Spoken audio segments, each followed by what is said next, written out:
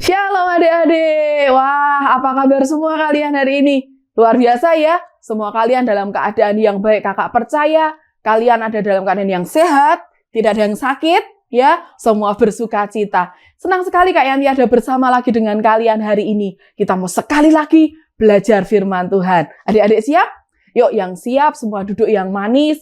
Buka Alkitabnya, siapkan Alkitabnya, siapkan catatannya. Kita akan belajar firman Tuhan hari ini bersama-sama. Oke, siap ya? Hari ini kita akan belajar satu orang tokoh. Tokoh ini tokoh yang luar biasa. Tokoh yang hebat.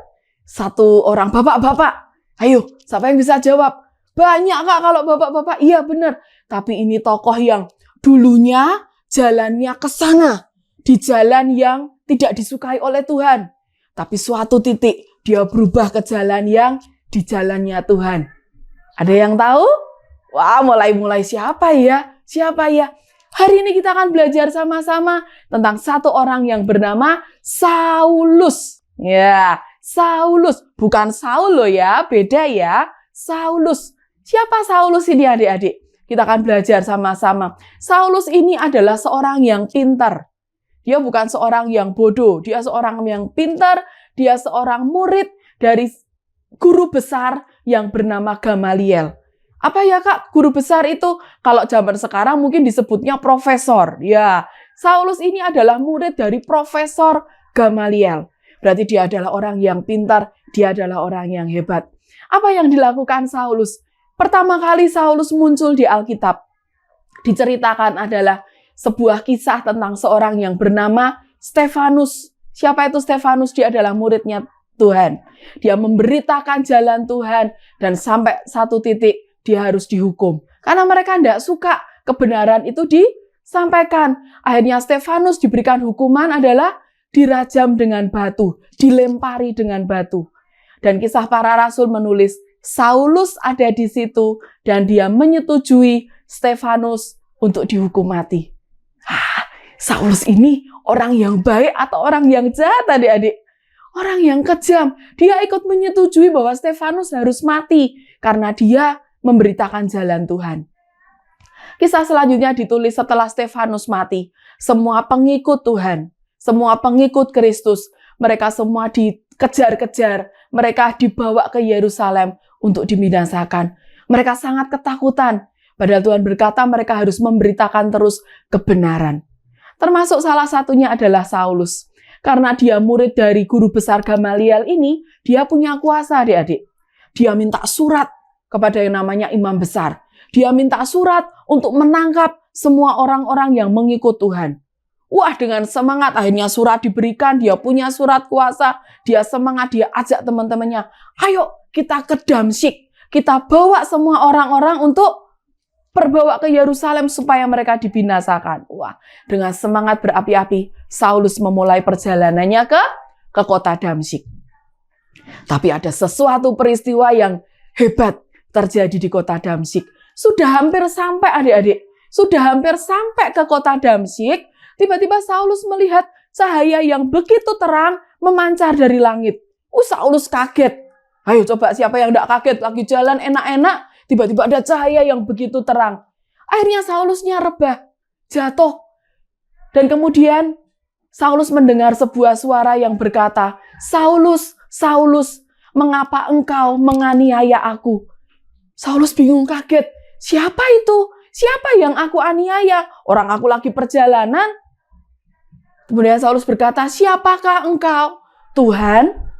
Kemudian suara itu berkata lagi, iya, aku Yesus yang engkau aniaya. Kemudian suara itu berkata lagi, tetap masuk ke kota Damsyik, maka di sana kamu akan tahu apa yang harus kamu kerjakan. Wah, sebuah peristiwa yang luar biasa. Kemudian Saulus berdiri adik-adik.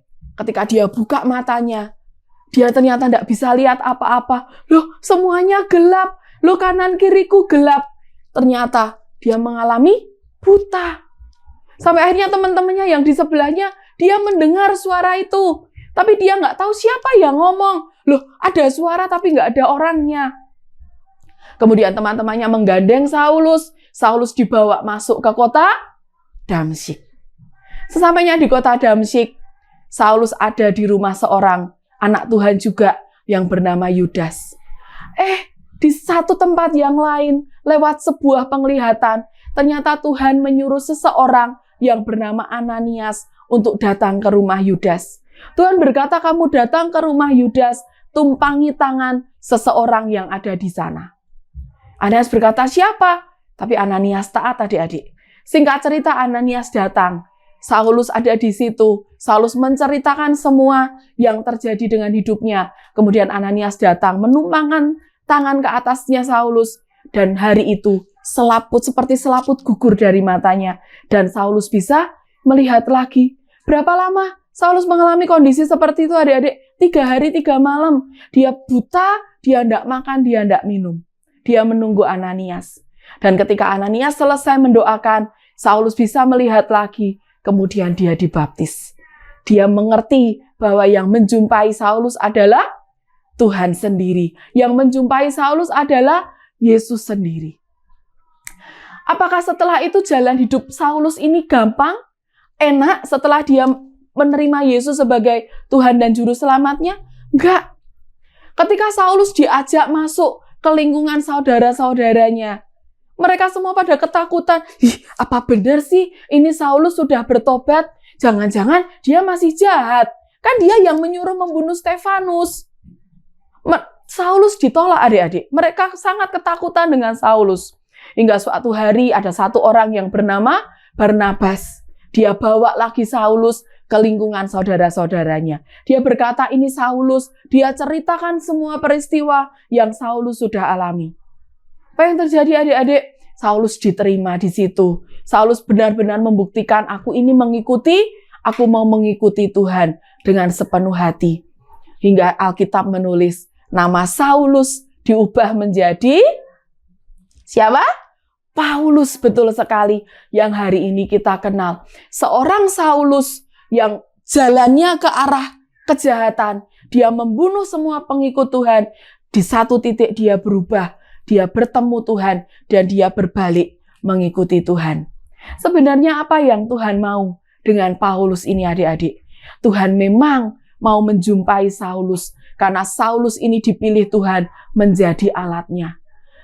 Di kitab-kitab berikutnya kita tahu, di kitab Kisah Para Rasul, kitab Roma, di kitab 1 Korintus, 2 Korintus, kita membaca semua ceritanya bahwa Paulus ini tidak hanya memberitakan Injil di Asia, bahkan dia sampai nyebrang ke Eropa. Begitu luas Injil itu diberitakan. Ingat, Saulus dulu siapa? Dia orang yang paling benci ketika firman itu diberitakan. Tapi dia jadi orang yang memberitakan firman dengan begitu luar biasa. Apa sih, Kak, yang kita mau belajar hari ini? Apa yang kita mau belajar dari kisah Saulus ini? Adik-adik, dalam hidup Paulus, pasti dia tidak akan pernah lupa dengan satu tempat yang mengubah hidupnya. Tempatnya di mana? Di jalan itu. Di jalan di mana dia menuju ke kota Damsyik. Tempat itu adalah tempat yang tidak akan pernah dilupakan oleh Paulus. Kenapa? Karena disitulah satu titik Tuhan menjumpai dia. Tuhan menjumpai dia, mengubah hatinya, dan membuat Paulus bertobat. Membuat Saulus nama yang lama bertobat. Apa arti nama Saulus? Arti nama Saulus adalah mau dianggap besar. Orangnya berarti kayak sombong. Aku bisa melakukan semua sendiri. Kemudian nama itu diganti menjadi Paulus. Apa arti nama Paulus, adik-adik? Rendah hati. Tuhan mau sesuatu yang buruk, sesuatu yang penuh dengan kesombongan diganti menjadi sesuatu yang rendah hati. Percaya dengan Tuhan, mengandalkan Tuhan dalam setiap hidupnya. Adik-adik, ketika Paulus berjumpa dengan Tuhan, disitulah titik di mana dia bertobat, dia menyerahkan hidupnya untuk Tuhan. Bagaimana dengan kita? Apakah kita sudah pernah bertemu dengan satu jalan di mana kita berjumpa dengan Tuhan secara pribadi? Adik-adik pernah merasakan ketemu Tuhan secara pribadi dan berkata, Tuhan ampuni aku dulu nakal, aku dulu memberontak sama mama papa, tapi hari ini aku mau bertobat, aku mau sungguh-sungguh ikut dengan Tuhan. Adik-adik pernah ketemu dengan jalan lurus ini? Jalan menuju kota Damsyik seperti yang Saulus ketemui? Oh, bukan di jalan, Kak, mungkin di kamar. Pernah kalian bertemu saat-saat seperti itu? Atau mungkin saat KKR, pernah kalian bertemu saat-saat itu di mana Tuhan bertemu dengan kalian? Kalian bertemu dengan Tuhan dan hidup kalian diubahkan. Hari-hari ini, yuk buat siapapun yang mendengarkan firman hari ini, dimanapun kalian berada, yang masih ada di jalan yang menjauhi Tuhan, bertobat, berbalik ke jalan yang Tuhan mau. Seperti Saulus, hidupnya luar biasa, dia memberitakan Injil, walaupun tidak gampang, banyak hal yang dia alami, tapi hidupnya menjadi alat yang dipakai untuk kemuliaan Tuhan.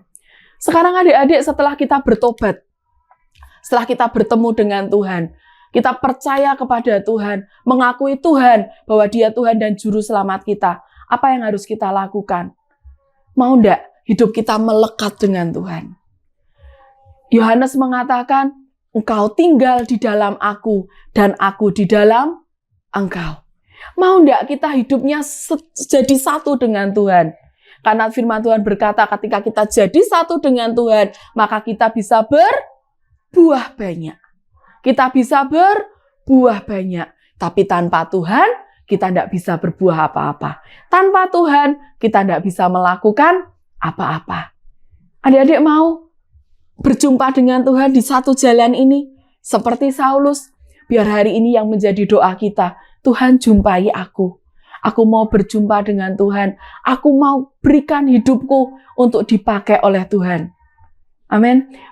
Inginkan terus perjumpaan-perjumpaan dengan Tuhan. Kak, kalau berjumpa dengan Tuhan apa cuman sekali? Enggak.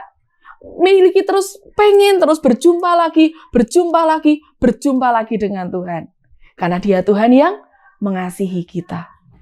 Sekarang, saat kita sudah melekat dengan Tuhan, kakak punya sesuatu nih, supaya kalian lebih mengerti. Apa ini? Apa ini? Apa ini? Handphone. Handphone ini ada yang canggih, ada yang biasa aja, ada yang canggih banget. Tapi kalau handphone ini kayak dibilang, ini handphone canggih loh. Tapi handphone ini mati. Bisa dipakai nggak adik-adik? Bisa? Nggak bisa. Canggihnya di mana? Karena ini handphone mati. Apa bedanya dengan handphone yang biasa, yang nggak ada kameranya, nggak ada bedanya? Kita perlu apa adik-adik? Kita perlu apa? Charger. Ketika handphone ini mati, kita perlu charger. Dan kita perlu apa? Listrik.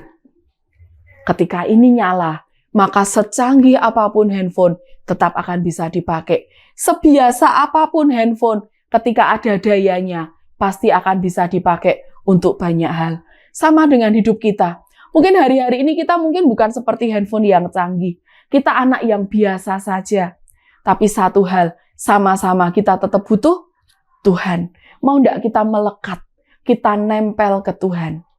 Handphone ini enggak akan bisa berkata, oh enggak usah di-charge, aku ini hebat sekali, dayanya sudah 100%, enggak perlu di-charge. Ketika lama-lama dipakai, dia akan habis. Dia butuh ini, charger, dan dia butuh listrik untuk mengalirkan daya di sini. Sehebat-hebatnya kita tidak akan bisa berkata, oh tanpa Tuhan aku bisa. Nggak boleh adik-adik. Kita harus melekat dengan Tuhan. Kita harus melekat dengan Tuhan. Kita harus terus menempel dengan Tuhan. Karena kita percaya Tuhan Dia yang punya akan hidup kita. Tuhan Dia yang akan menjagai setiap langkah kita. Amin. Adik-adik belajar hari ini. Ayat kita hari ini berkata, tinggallah di dalam aku dan aku di dalam kamu, maka kamu akan berbuah banyak. Yuk kita mau berdoa sama-sama. Kita mau minta Tuhan terus menjumpai kita hari demi hari. Adik-adik boleh tutup mata, tutup Alkitabnya. Kalian boleh ingat 1-2 menit. Kapan terakhir kali kalian berjumpa dengan Tuhan? Atau mungkin, Kak, aku belum pernah, Kak, berjumpa dengan Tuhan seperti apa? Ayo miliki kerinduan. Aku kepengen seperti Saulus, Tuhan, yang di satu titik berjumpa dengan Tuhan, membawa kepada sebuah pertobatan yang luar biasa. Terima kasih, Tuhan. Terima kasih buat firman-Mu pagi hari ini, Tuhan. Tuhan, biar Engkau yang berbicara atas setiap kami anak-anak-Mu. Tuhan, Engkau yang berikan setiap kami kerinduan, untuk kami rindu berjumpa dengan Engkau secara pribadi. Berikan setiap kami kerinduan, Tuhan, untuk kami terus menginginkan Engkau, menginginkan perjumpaan dengan Engkau yang mengubahkan hidup setiap kami. Tuhan, Kau memberkati setiap anak-anak yang mendengarkan, Tuhan, firman hari ini. Tuhan, Kau yang jumpai mereka satu persatu dimanapun mereka sedang berada hari ini. Kau yang jumpai anak-anak-Mu ini satu persatu. Dan kami percaya, Tuhan, saat kami bersama dengan Engkau, kami mau tinggal dengan Engkau. Kami mau hidup melekat dengan Engkau. Terima kasih, Tuhan, kami mengucap syukur.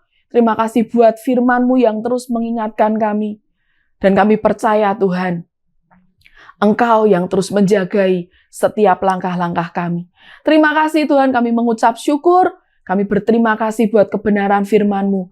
Biar firman-Mu terus bicara dalam hidup kami. Biar firman-Mu terus mengingatkan kami.